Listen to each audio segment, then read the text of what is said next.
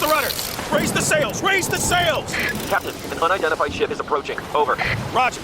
Wait, is that an enterprise sales solution? Reach sales professionals, not professional sailors. With LinkedIn ads, you can target the right people by industry, job title, and more. Start converting your B2B audience today. Spend $250 on your first campaign and get a free $250 credit for the next one. Get started today at linkedin.com/campaign. Terms and conditions apply. The Hilton sale is on. Now through September 29th, you can save up to 20% on stays this fall and beyond. Long weekends, last-minute getaways, holiday gatherings. There's a Hilton stay for all of them. More moments, more experiences, more destinations. Now 20% off for a limited time because it matters where you stay. Don't wait. Book by September 29th and save up to 20% at Hilton.com. Terms apply. Hilton for the stay.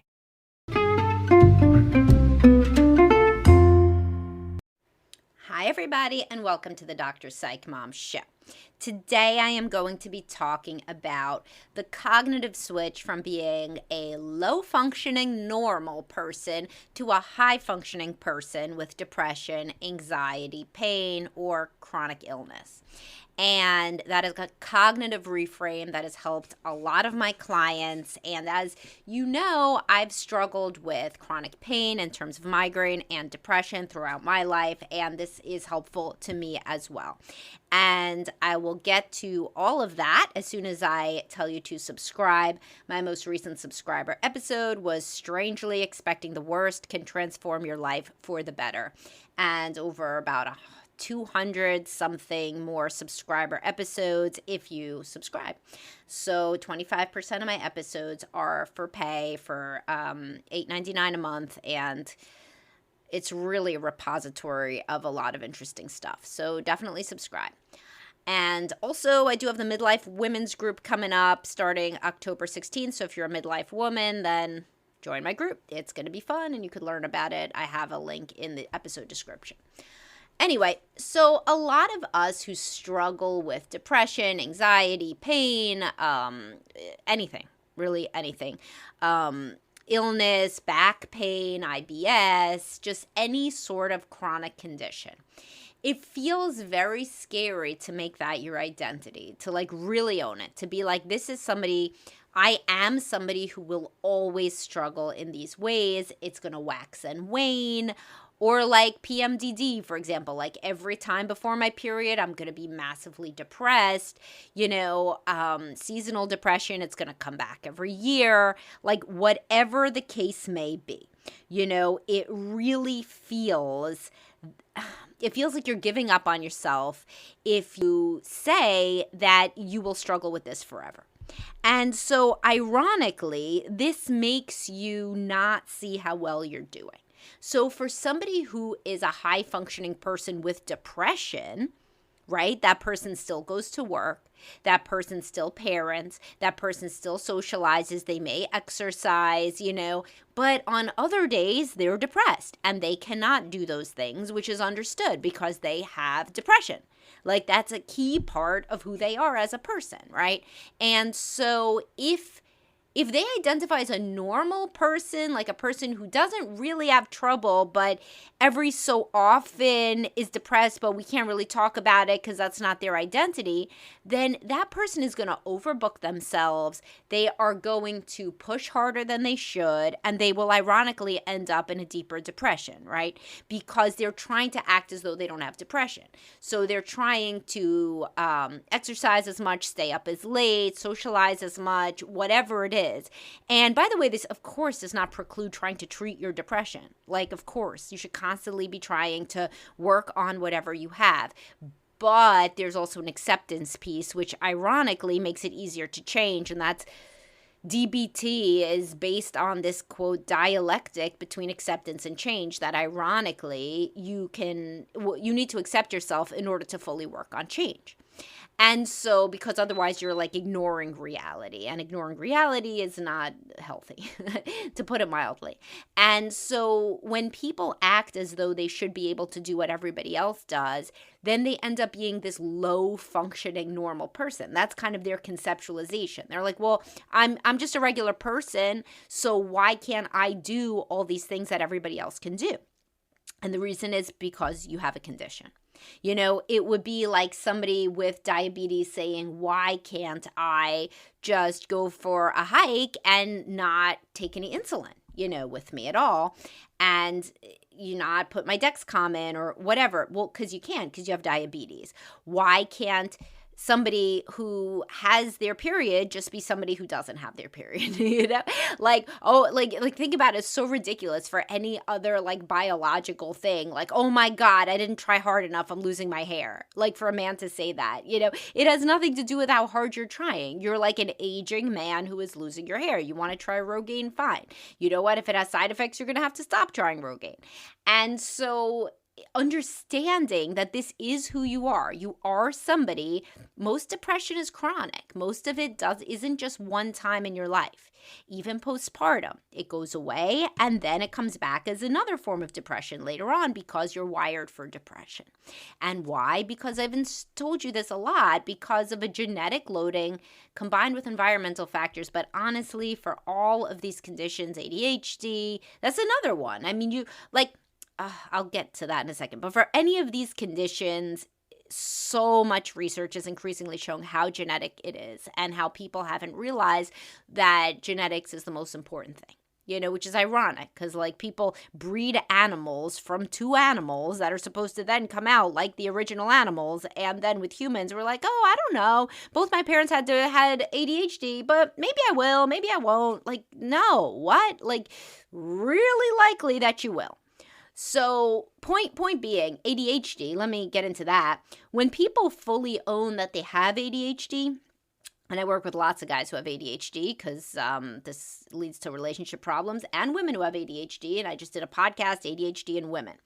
So point being, if you identify as somebody with ADHD, then you're like, hey, like I am always going to miss some deadlines. I am not ever going to be the person that can do everything in my inbox. I'm doing pretty good for somebody with ADHD. I'm going to feel good about myself, versus if somebody feels like they're a normal person that somehow in the back of their mind may a little bit have ADHD, but they don't really want to get it diagnosed or read any books about it or learn it because then that'll make them weird or pathologized or bad. Well, then they end up coming out like an asshole. Like, that's how they come off to everybody. Like, they just don't give a shit to show up on time. They just don't give a shit to respond to your emails. They just oversleep because they don't care. And it can be super transformative for people in relationships to say, no, I have ADHD. And I really underestimated the impact that it had on all of these different parts of my life. And I really apologize for the times where I've said, oh, well, I don't know what happened, or maybe you didn't tell me, or why am I supposed to look at my calendar? Because the reality is, right, is that you're supposed to look at your calendar, and you would if you didn't have ADHD. So point of the matter is that it's not going to go away, whatever issue you have, depression, anxiety, whatever. Most likely, if you have anxiety, yes, you can totally work on it in therapy. Anxiety is so it's malleable. You're able to really, quote, cure anxiety, but you cannot cure being wired for anxiety genetically. And when a stressor happens, you are probably going to respond differently for your whole life than somebody that never had anxiety and that didn't grow up in an anxious home. So you could say, wow, I am doing well. I'm making bold moves. I'm socializing a lot for somebody who basically has chronic anxiety that manifests sometimes and other times doesn't. I'm a high functioning person with anxiety versus saying, looking at everybody on the internet and social media, whatever, and saying, oh my God, why aren't I doing as much as these people? Well, because you have a condition that they don't have, and you have to give yourself some self-compassion and some grace and just really a realistic perspective that you cannot probably do what everybody can do. So like I work with a lot of people with childhood sexual abuse, right? And so then they beat themselves up sometimes that they don't like certain activities, or that, for example, they don't like kissing because they were kissed by the abuser as a child. And I'm like, okay. Like this makes sense. That makes sense to me, so why not say, like, it's great that you're open to working on sex life at all. It's great that you're looking about doing other activities. It's great that you're in therapy talking about this stuff versus comparing yourself to people who didn't have a childhood trauma history and or pretending that was then and this is now and I should be over it already. You don't really get over chronic things.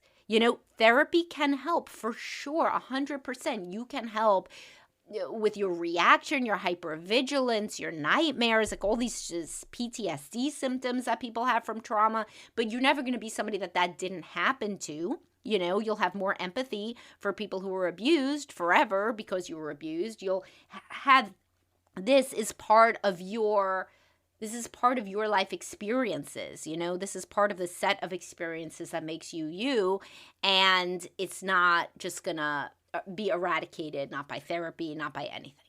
So understanding, like for somebody with childhood trauma, I'm doing pretty well. For somebody who had abuse in my past, I'm doing pretty well. I am a high functioning person with that, and sometimes I'm going to be a low functioning person with that too. So then to say, you know what, I'm depressed, and so therefore, since I struggle with depression, the winter's probably going to be harder. I'm not going to do as much.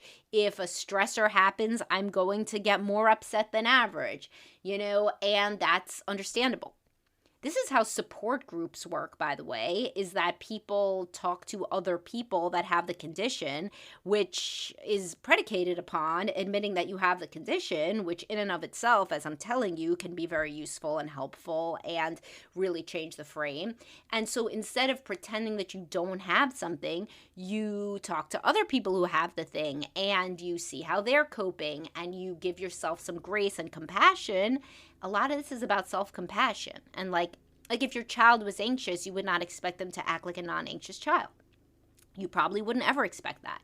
You would probably think that as an adult, they're probably going to struggle with some of their anxiety still. And that would be correct. And that's true for you too. And if you have chronic pain, then instead of saying, why can't I go exercise as much as my neighbor that I always see running, say, it's really good that I could take a walk. For somebody with chronic pain, I'm doing pretty good. And of course, there are people who have personality disorders, especially narcissistic or borderline personality, that don't need to be told to cut themselves some slack. People that make an entire identity out of being a scrappy underdog, who I call a professional victim. But that's probably not the people that are listening to this episode, and who are invested in self-development overall. So yes, of course, like, people say, yeah, well, my mother's always like, oh, well, for somebody with as hard a life as I had, I'm doing pretty good. And she's like, not, and making everybody miserable, and I don't want to be like that. But that's another extreme. There's something in the middle where you can admit reality. You could admit the impact that things had on you. You could admit the chronicity of conditions that you may not have wanted to realize or think about being chronic. But you know what? If you're listening to this, you're at least 30 years old. And so if shit has been recurring for you, it's probably going to keep recurring. That's God's honest truth. And you may be able to get it down. You may be able to be one of the lucky people who had one depressive episode in your life and never again. But what if not?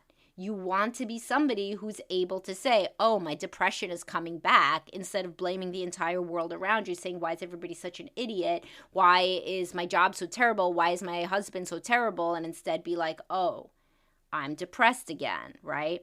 There's no downside to thinking. There's short-term discomfort in changing this over to be more of your identity, but long-term acceptance, growth, and the ability to see reality and to allow those around you to see reality. Because in a lot of cases, family and spouse and friends, they all know that this is a core part of your identity. They all think of it like that already.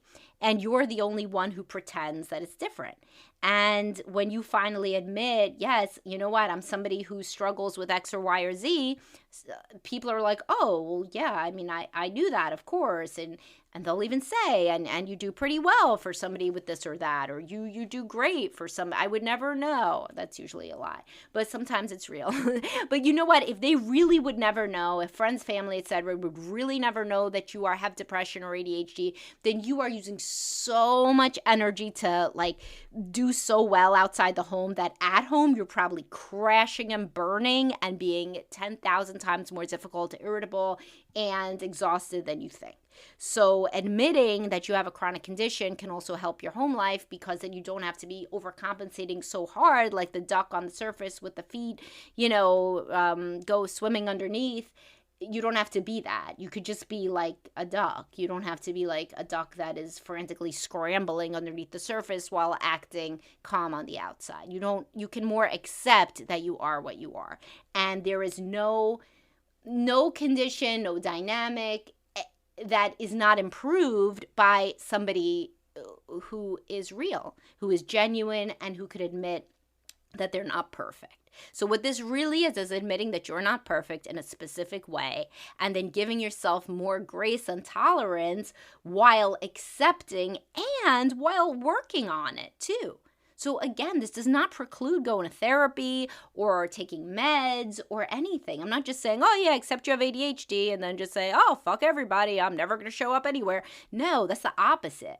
Instead, say, with my ADHD, it's hard for me to show up on time. I'm going to do X and Y and Z to get there. And if you don't get there, say, I am really sorry. This is an ADHD thing. It's not about you. Like, I'm really, really sorry that I do it. Or this is a depression thing, like a woman who is like not barely talking to her husband or not making eye contact because she's pretty depressed. So instead of just acting like she hates him, she could be like, I'm sorry, I am in a depressive episode and it's really hard for me to engage. I love you, but I'm really sorry. And it's so different. It's so much easier to be married to that person, and so much easier for the children to learn how to be loving from a person who is owning their own shit, which relates to another subscriber episode I just had called Own Your Own Shit. It's so much easier to relate in a relationship dynamic when you truly are accepting reality and telling the other person, yeah, this isn't you, this is me. This is my issue. All right, I hope you guys enjoyed this, and please do subscribe for the extra episodes, and I hope this was useful to you. ABC Wednesday, Shifting Gears is back. He has arisen. Tim Allen and Kat Dennings return in television's #1 new comedy. What? With a star-studded premiere including Jenna Elfman, Nancy Travis, and... Hey, buddy. A big home improvement reunion. Welcome. Oh, boy. That guy's a tool. Shifting Gears, season premiere Wednesday, 8/7 Central on ABC, and stream on Hulu. Talk to you soon.